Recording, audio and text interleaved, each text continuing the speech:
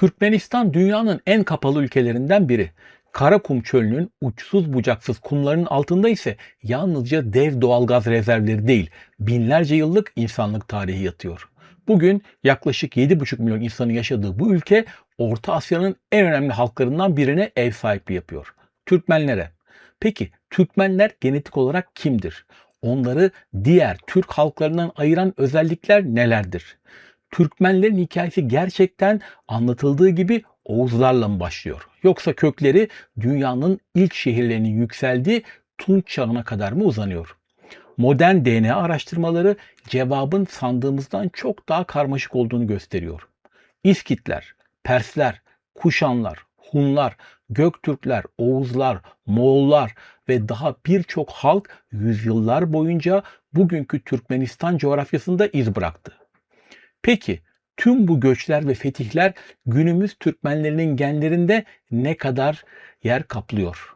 Bu sorunun cevabını bulmak için önce Türkmenistan'ın geçmişine gitmemiz gerekiyor. Çünkü Türkmenistan toprakları Türklerin gelişinden çok önce de birçok farklı halkın yaşadığı bir bölgeydi. Antik çağlarda burada ağırlıklı olarak İrani dil konuşan topluluklar bulunuyordu. Masagetler, Sakalar yani İskitler, Sogdular ve Dahalar bu coğrafyanın en önemli sakinleri arasındaydı. Burası aynı zamanda farklı inançların ve kültürlerin buluşma noktasıydı. Zerdüştlük, Budizm ve daha birçok gelenek yüzyıllar boyunca bu topraklarda yan yana var oldu. Ancak bugünkü Türkmen kimliğinin oluşumdaki en önemli dönüm noktası Oğuz Türklerinin bölgeye ulaşmasıydı. 8. ve 11. yüzyıllar arasında Oğuz boyları Orta Asya'nın güneyine doğru yayıldı. Fakat bu bir halkın diğerinin yerini aldığı ani bir nüfus değişimi değildi. Yeni gelen Oğuz toplulukları bölgede yaşayan yerel halklarla yüzyıllar boyunca kaynaştı. Bu yüzden Türkmenlerin tarihi ne yalnızca Oğuz Türklerinin ne de yalnızca eski İrani halkların hikayesidir. Türkmenlerin etnogenezi yani etnik oluşumu her iki dünyanın da izlerini taşır. Etnogenez kavramına yabancıysanız eski videolarım arasında sadece bu terimi açıklamaya çalıştığım kısa bir video olacak. Onu izleyebilirsiniz. 10. yüzyıldan itibaren İslam'ı kabul eden Oğuz toplulukları için Türkmen adı kullanılmaya başlandı. Başlangıçta Müslüman Oğuz anlamına gelen bu kimlik Selçuklular döneminde daha da güçlendi ve zamanla bugünkü Türkmen halkının temelleri ortaya çıktı. Fakat tarih bize bu hikayenin yalnızca bir kısmını anlatıyor. Hikayenin diğer yarısı arkeogenetik araştırmalarda saklı. Bugünkü Türkmenistan'da yaşayan insanların DNA'sı bize ne söylüyor? Bu sorunun cevabını vermeden önce kısa bir açıklama yapmalıyım. Program boyunca sık sık Q, R1A, J1 ve J2 gibi isimler duyacaksınız. Bunlar Y-DNA haplogrupları olarak adlandırılıyor. En basit ifadeyle bunlar babadan oğula aktarılan ve binlerce yıl boyunca geriye uzanan erkek soyadlarını takip etmemizi sağlayan genetik işaretler. Ancak bir haplogrup yani bu J, G, Q, R doğrudan bir halkı ya da milleti temsil etmiyor. Yani Türk haplogrubu, Türk geni, Kürt geni, Arap geni diye bir şey yok. Aynı haplogrup farklı halklarda da görülebilir. Aynı halkın içinde birçok farklı haplogrup bulunabilir.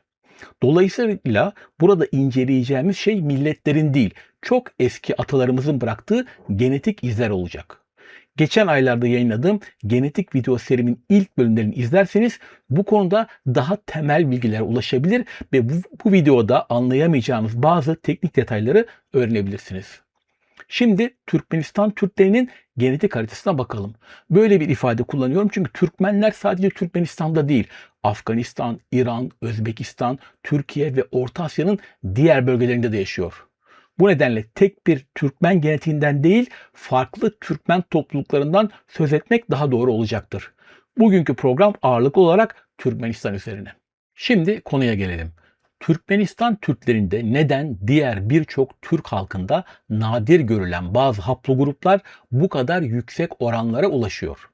Neden bazı Türkmen boylarında yüzyıllar önce yaşamış tek bir atanın genetik izi bugün hala güçlü biçimde görülebiliyor?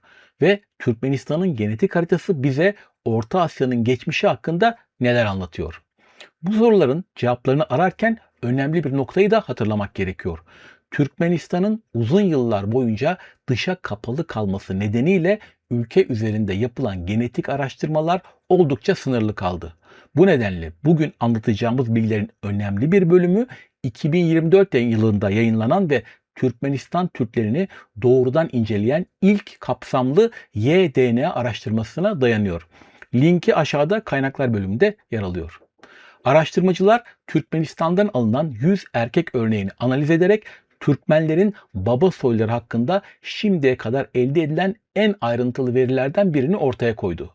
Araştırma Türkmenistan Türkmenlilerinin tek bir atasoyundan gelmediğini açıkça gösteriyor. Aksine karşımıza Orta Asya, İran, Kafkasya ve Avrasya bozkırlarından gelen farklı genetik mirasın birleşiminden oluşan karmaşık bir tablo çıkıyor. Ancak bu tabloda bir soy hattı özellikle dikkat çekiyor. Q haplogrubu. Araştırmada yaklaşık %29'luk oranıyla en yaygın erkek soy hattı olarak Q tespit edilmiş. Q haplogrubunun %29'luk haplogrubu %12 ile J1A takip ediyor. Daha sonra R2 %9, J2A %7, N1A1 %7, R1A %7 ve R1B %7 ile geliyor. Daha düşük oranlarda ise G2A2 %5, E1B1B %4 ve N1A2 %4 oranında bulunuyor. Bu dağılım bize ne anlatıyor? Türkmenleri tek bir genetik kökene indirgemek, tek bir haplogrupta açıklamak mümkün değil. Fakat aynı zamanda ortaya başka bir soru çıkıyor. Neden Q haplogrubu Türkmenlerinde bu kadar yaygın? Neden özellikle bazı Türkmen boylarında olağanüstü seviyelere ulaşıyor? Ve ilginç bir şekilde Amerika yerlerinde de yaygın olarak görülen bu eski soy hattının Türkmenlerle nasıl bir bağlantısı olabilir? Böylece çok sorulan ve genellikle yanlış anlaşılan Kızılderililer Türk müydü sorusuna da sağlam ve genetik tabanlı bir cevap vermiş olacağız. İşte programın ilerleyen bölümlerinde bu soruların cevaplarını arayacağız. Çünkü hikayemiz sadece Orta Çağ'da bölgeye gelen Oğuzlarla başlamıyor. Program boyunca şu soruların peşine düşeceğiz. Bugünkü Türkmenleri şekillendiren atalar kimlerdi? Türkmenistan'ın genetik yapısı nasıl ortaya çıktı? Ve bu genetik miras Orta Asya'nın binlerce yıllık tarihi hakkında neler söylüyor? Türkmenlerin genetik kökenlerini anlamak için binlerce yıl öncesine gitmemiz gerekiyor. Tunç Çağı'nda yani yaklaşık olarak M.Ö. 3300 ila 1200 yıllar arasında bugünkü Türkmenistan toprakları Orta Asya'nın en gelişmiş uygarlıklarından birine ev sahipliği yapıyordu. Arkeologların BMAC yani Bactria Margiana Arkeolojik Kompleksi adını verdiği bu kültür büyük yerleşimleri, gelişmiş sulama sistemleri ve uzak bölgelerle kurduğu ticaret ağlarıyla dikkat çekiyordu. Gonurtepe ve Togolok gibi merkezler dönemin en önemli yerleşimleri arasındaydı. Bazıları küçük şehirlerle yarışabilecek büyüklüğe ulaşmıştı. Peki bu insanların günümüz Türkmenleriyle bir bağlantısı var mı? Son yıllarda yayınlanan antik DNA araştırmaları bu soruya önemli ipuçları sunmaya başladı. Türkmenistan'da bulunan Tunç ve Demir Çağı insan kalıntılarında bugünkü Türkmenler arasında görülen bazı Y-DNA soy hatlarına rastlandı. Özellikle Q ve R1A haplogrupları dikkat çekiyor. Milattan önce 2133 ila 1946'ya tarihlenen Gonurtepe yani tepe yerleşiminde gün yüzüne çıkarılan Gonur 6119 numaralı antik örneğin Q haplogrubu. Milattan önce 916 ila 796'ya tarihlenen Tahir Bey Tepe yerleşiminde keşfedilen Tahir Bey 382 numaralı antik örneği ise R1A haplogrubu olduğu anlaşıldı. Bu bulgular modern Türkmenlerin doğrudan bu bireylerin torunları olduğunu kanıtlamıyor. Ancak bugün Türkmenistan'da yaygın olan bazı erkek soylarının bölgede binlerce yıl önce de var olduğunu gösteriyor. Yani Türkmen gen havuzunun bazı bileşenleri yalnızca Orta Çağ'daki Türk göçlerinin sonucu olmayabilir. Köklerinin bir kısmı çok daha eski dönemlere uzanıyor olabilir. Üstelik bölgenin daha eski yerleşik topluluklar hakkında hala bilmediğimiz çok şey var. Örneğin Türkmenistan'daki ilk çiftçi toplumlarından biri olan Ceytun kültürü için henüz yeterli antik DNA verisine sahip değiliz. Bu nedenle bölgenin ilk çiftçilerinin günümüz Türkmenlerine ne kadar katkı yaptığını şimdilik bilemiyoruz. Ancak elimizdeki veriler önemli bir gerçeği ortaya koyuyor. Bu hikayenin, Türkmenlerin hikayesinin kökleri Tunç Çağı'nın vahalarına, ilk şehirlerine ve Orta Asya'nın en erken uygarlıklarına kadar uzanıyor. Fakat Türkmenistan'ın genetik mirasını şekillendiren tek unsur yerleşik şehir kültürleri değildi. Hikayenin bir de bozkır tarafı vardı yukarıdan. Şimdi yaklaşık 5000 yıl önceye Karadeniz ile Hazar Denizi'nin kuzeyindeki uçsuz bucaksız bozkırlara gidiyoruz. İşte burada tarih öncesinin en etkin topluluklarından biri ortaya çıktı. Yamnayalar. Atı ve tekerlekli araçları etkin biçimde kullanan bu bozkır çobanları kısa süre içinde Avrupa'dan Orta Asya'ya kadar uzanan geniş bir coğrafyaya yayıldılar. Yamnaya toplumunun en dikkat çekici özelliklerinden biri ise kurgan adı verilen büyük höyük tipi mezarlardı. Bozkırların birçok yerinde hala görülebilen bu mezar tipi yalnızca defin alanları değildi. Aynı zamanda toplumsal statünün ve ortak kimliğin de sembolleriydi. Uzun yıllar boyunca araştırmacılar bu kurganların büyük aile mezarları olduğunu düşündü. Ancak antik DNA çalışmaları farklı bir tabloyu ortaya çıkardı. Macaristan'dan Güney Sibirya'ya kadar uzanan binlerce kilometrelik alana yayılan bu kurganlara gömülen insanların çoğu yakın akraba bile değildi. Buna rağmen genetik olarak birbirlerine oldukça benziyorlardı. Bugün Avrupa'nın ve Avrasya bozkırlarının birçok halkında görülen genetik mirasın önemli bir bölümü işte bu büyük yayılmayla, Yamnaya ile ilişkilendiriliyor.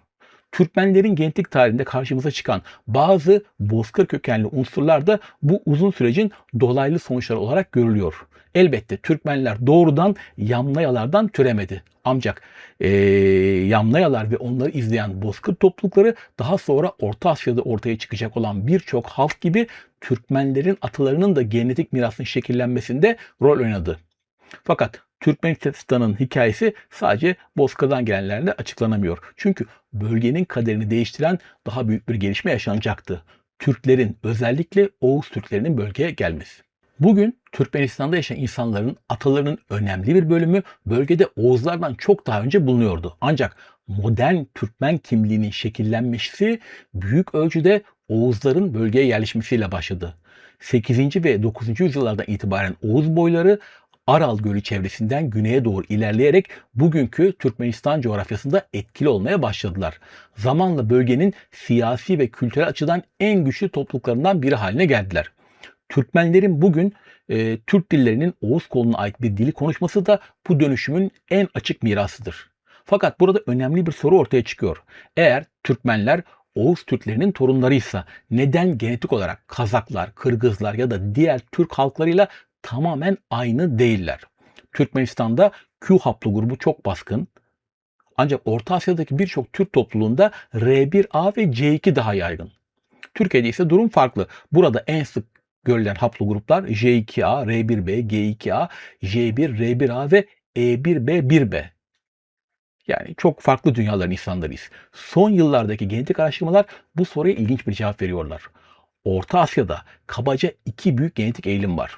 Birincisi Kazaklar, Kırgızlar ve Karakalpaklar gibi topluluklar daha yüksek oranlarda, genellikle %46,4 ve üzeri Doğu Avrasya kökenli ata katkısı taşıyor. Tacikler gibi yerleşik Hint-İran halklarında ise Batı Avrasya kökenli miras daha baskın. Yani %72,7 ile %94,5. Bu durumu eski programlardan birisinde sebepleriyle birlikte detaylı olarak ele almıştık. Mümkünse olduğunuz bir zaman lütfen seyredin. Ayrıca arkeolojik bulgular Türkmenistan coğrafyasının M.Ö. 6000'lerden itibaren kesintisiz olarak iskan edildiğini gösteriyor.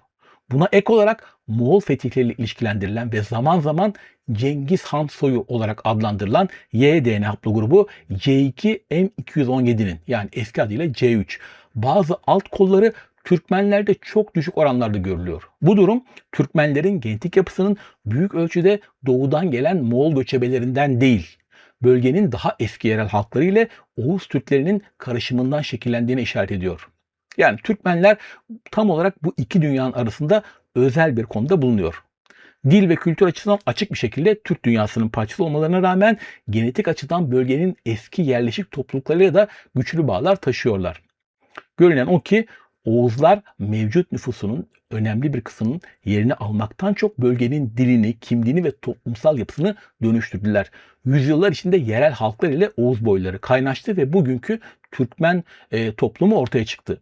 Aslında bu durum yani bir toplumun aynı coğrafyada yaşamaya devam ederken dil, kültür hatta kimliğinin değiştirmesi dünya tarihinde çok sık görülen bir süreç.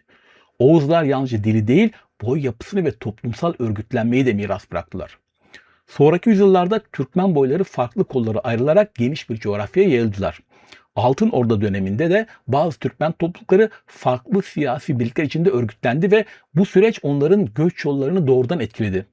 Kaynaklara göre Cengiz Han'ın büyük oğlu Cüce'nin oğulları olan Batu ve Orda Ejen döneminde Türkmen boyları iki büyük idari gruba ayrıldı. Batu'nun yönetimi altındaki Türkmen boyları Sayınkani, Orda Ejen'in yönetimi altındaki Türkmen boyları ise Esenkani adı verilen büyük birlikler içinde örgütlendi. Bu ayrım başlangıçta siyasi ve idari bir düzenle bir görünse de sonraki yüzyıllarda Türkmen boylarının göç yollarını, yerleşim alanlarını ve birbirleriyle olan ilişkilerini etkiledi. Bu bölünmeyi takip eden yüzyıllarda Türkmen boyları Hazar Denizi'nin doğu kıyıları boyunca ve Harezm'in kuzeybatı bölgelerine doğru geniş bir alana yayıldılar. Altın Orda'nın 1502'de yıkılmasından ve bölgenin Özbek fetihlerine sahne olmasından sonra Türkmenler Hive Hanlığı'nın bir parçası haline geldi. Türkmenler boylara ayrılmaları ve Orta Asya'nın farklı bölgelerine dağılmalarına rağmen kimliklerini kaybetmediler. Tam tersine bu süreç Türkmenlerin geleneklerini, kültürlerini ve ortak kimliklerini koruyarak kendilerine özgü bir etno-kültürel topluluk olarak gelişmelerine katkı sağladı. Kısacası modern Türkmenler ne yalnızca eski Orta Asya halklarının devamıdır ne de yalnızca Oğuz göçmenlerinin torunlarıdır. Onlar yerel Orta Asya topluluklarıyla Oğuz Türklerinin ve daha sonraki Bozkır halklarının yüzyıllar boyunca kaynaşmasıyla ortaya çıkan özgün bir halktır. Türkmen genetiğinde en dikkat çekici unsurun ne olduğunu söylemiştik. Q haplogrubu. Çünkü bu haplogrup Türkmenistan Türkmenlerinde alışılmadık derecede yüksek oranlara ulaşıyor. Türkmenistan'daki en büyük boylardan ikisi olan Yomut ve Çavdır gibi bazı Türkmen boylarında adeta baskın bir soy hattı haline gelmiş durumda. Peki bunun sebebi ne? İlk bakışta büyük göçler ya da dışarıdan gelen yeni topluluklar akla gelebilir. Ancak genetik veriler farklı bir tabloyu ortaya koyuyor. Araştırmacılara göre en olası açıklama kurucu etki olarak bilinen süreç. Yani geçmişte belirli bir erkek soyuna mensup küçük bir grup zamanla hızla büyüyüp çoğaldığında onların genetik izi yüzyıllar boyunca aynı topluluk içinde baskın hale geliyor. Yomut ve Çavdır boylarında gördüğümüz tablo büyük ölçüde bu durumun bir uzantısı. Geçmişte yaşayan birkaç etkili atasoyun torunları zamanla genişliyor ve bugün Q haplogrubu bu boyların genetik imzası haline geliyor. Q haplogrubu Yomutlarda yaklaşık %41 oranında, Çavdırlarda ise yaklaşık %45 oranına ulaşıyor. Bu da her iki boyun genetik tarihinde güçlü bir kurucu etkisinin rol aldığını düşündürüyor. İşin ilginç tarafı Türkmenlerde görülen Q haplogrubu tek bir soydan da oluşmuyor. Araştırmalar Türkmenistan'da özellikle iki önemli kolun öne çıktığını gösteriyor. Q1A ve Q1B. İlginç olan bir başka nokta da aynı Türkmen boyunun farklı bölgelerde farklı genetik profillere sahip olabilmesi. Örneğin Türkmenistan'daki Yomutlarda Q haplogrubu yaklaşık %41 demiştik. Fakat Özbekistan'ın Karakalpakistan bölgesinde yaşayan Türkmenlerde bu oran %71'e kadar çıkabiliyor. Q haplogrubu Afganistan Türkmenlerinde yaklaşık %34, İran Türkmenlerinde ise yaklaşık %42 oranında görülüyor. Bir diğer dikkat çekici durum ise Türkiye ile olan fark. Türkmenistan, Afganistan, İran ve Özbekistan Türkmenlerinde oldukça yaygın olan Q haplogrubu Türkiye'de genel olarak sadece %1 ila %3 seviyelerinde bulunuyor. Bazı bölgelerde veya aşiretlerde bu oran daha yüksek olsa da ülke genelinde oldukça nadir sayılıyor. Üstelik bu soy hattı sadece Türklere özgü de değil. Kürtler, Zazalar, Ermeniler, Gürcüler ve bazı Arap topluluklarına da yine aynı şekilde düşük oranlarda görülebiliyor. Irak Türkmenleri de bu açıdan Türkiye'ye daha yakın bir tablo sergiliyor. Türkmen dünyasının birçok bölgesinde baskın olan Q haplogrubu Irak Türkmenlerine yalnızca yaklaşık %2 seviyesinde bulunuyor. Fakat Türkmen dünyasının en ilginç örneklerinden biri Rusya Türkmenleri. Bugün Rusya'nın Stavropol bölgesinde yaşayan Türkmenlerin ataları yaklaşık 17 ila 18. yüzyıllarda Mangışlak Yarımadası'ndan kuzeye göç eden topluluklardan geliyor. Burada dikkat çekici olan şey R1A haplogrubu. Türkmenistan'daki Türkmenlerde R1A yaklaşık %7 oranında görülürken Rusya Türkmenlerinde bu oran %46'ya kadar yükseliyor. Soyunaji boyunda ise daha çarpıcı bir tablo ortaya çıkıyor. R1A oranı yaklaşık %82. Bu olağanüstü yükselişin nedeni yeni bir göç dalgası değil, yine kurucu etki. Göç eden grubun önemli bir bölümünün aynı atasoyundan gelmesi ve uzun süre kendi içinde büyümesi. R1A'nın zamanla baskın hale gelmesine yol açmış görülüyor. Neyse, sonuçta Türkmenlerin hikayesi yalnızca Q haplogrubundan ibaret değil. Çünkü Türkmen boyları arasında dikkat çekici farklılıklar bulunuyor. Örneğin Yomut ve Çavdırlarda Q açık ara öndeyken Yemreli boyunda %19 oranında J1A, yaklaşık %14'er oranında R1B, E1B1B ve N1A1 gibi farklı soyadları belirgin şekilde karşımıza çıkıyor. J2 ise yaklaşık %10 oranında bulunuyor. Yani Yemreliler Yomut ve Çavdırlara kıyasla çok daha çeşitli bir genetik profile sahip gibi görünüyor. Araştırmada Teke, Ersarı, Göklen ve Sarık boylarına ait bireyler de incelendi. Ancak bu grupların örnek sayıları daha sınırlı olduğu için detaylı haplogrup dağılımları yayınlanmadı. Sonuçta Türkmenler tek bir genetik kökenden gelmiyor. Aynı kimliği paylaşmalarına rağmen farklı boyların farklı tarihsel soy hikayeleri bulunuyor. Üstelik bu farklılıklar bazen aynı boyun farklı bölgelerde yaşayan kollarında bile görülebiliyor. Belki de Q haplogrubu ile ilgili en ilginç sorulardan biri şu: Amerika yerlerinde görülen bu haplogrup Türkmenlerle bağlantılı mı? Cevap hem evet hem hayır. Evet, çünkü her iki toplulukta çok eski bir ortak atasoyunun uzak kollarını temsil ediyor. Amerika yerlerinde de Y-DNA Q haplogrubu oldukça yaygın. Ancak burada önemli bir ayrıntı var. Türkmenlerde görülen Q alt kolları ile Amerika yerlerindeki alt kollar aynı değil. Ortak ataları çok daha eski ve ayrılık muhtemelen Beringia döneminde, yani yaklaşık 15 ila 25 bin yıl önce gerçekleşmiş. Beringia dönemi son buzul çağında Sibirya ile Alaska arasında ortaya çıkan Kara Köprüsü sayesinde insanların Asya'dan Amerika'ya göç ettiği tarih öncesi dönemin adı. Kuzey Amerika'da Navajo, Apache, Sioux ve Cheyenne gibi birçok halkta baskın erkek soyadlı Q haplogrubu. Q M3'tür ve bazı kabilelerde %70 ila %95'e kadar çıkabilir. Orta ve Güney Amerika'da ise Maya, Quechua, Aymara ve Amazon havzasındaki birçok toplulukta erkek soylarının %80 ile %100'ü Q M3 grubunu ve onun alt kollarına aittir. Bunlar çok çok yüksek oranlar. Türkmenlerde ise daha çok Orta Asya özgü şu alt kollar görülüyor. QL330, QY5076, QM25 ve QL53. Bu yüzden cevap aynı zamanda hayır. Çünkü Türkmenlerle Amerika yerleri arasında doğrudan tarihsel bir bağ yok. Ortak geçmişleri 10 binlerce yıl önce Kuzey Asya'da yaşamış çok eski insan topluluklarının bazılarının Amerika'ya geçmesiyle bağlantılı. Aslında Q haplogrubunu ilginç kılan şey de bu zaten. Bir yandan bizi Türkmenlerin tarihine götürürken diğer yandan insanlığın çok daha eski ortak geçmişine açılan bir pencere görünümünde. Programın başında şu soruyla yola çıkmıştık. Türkmenleri genetik açıdan farklı yapan şey nedir? Artık bu sorunun cevabını daha net şekilde görebiliyoruz. Türkmenlerin hikayesi yalnızca Oğuzlarla başlamıyor. Tunç Çağı'nın ilk şehirlerinden Bozkır göçebelerine, İrani topluluklardan Oğuz Türklerine kadar birçok farklı halk ve kültür bu genetik mirasın oluşumuna katkıda bulundu. Bugünkü Türkmenler binlerce yıllık bu uzun tarihin yaşayan devamı. Türkmenler kültürel ve dilsel olarak Türk dünyasının ayrılmaz bir parçası olsalar da genetik yapılarında Orta Asya'nın çok daha eski tabakalarının, halklarının izlerini de görüyoruz. Türkmenistan'ın genetik haritasına baktığımızda yalnızca bir halkın geçmişini değil, Orta Asya'nın binlerce yıllık tarihinde görüyoruz. Muhtemelen yeni antik DNA araştırmaları yapıldıkça bu hikayenin henüz bilmediğimiz bölümleri de ortaya çıkmaya devam edecek. Bugünlük bu kadar. Bir sonraki programda görüşmek üzere. Hoşça kalın. Beğeni, takip, yorum gibi her türlü desteğin için teşekkür ederim.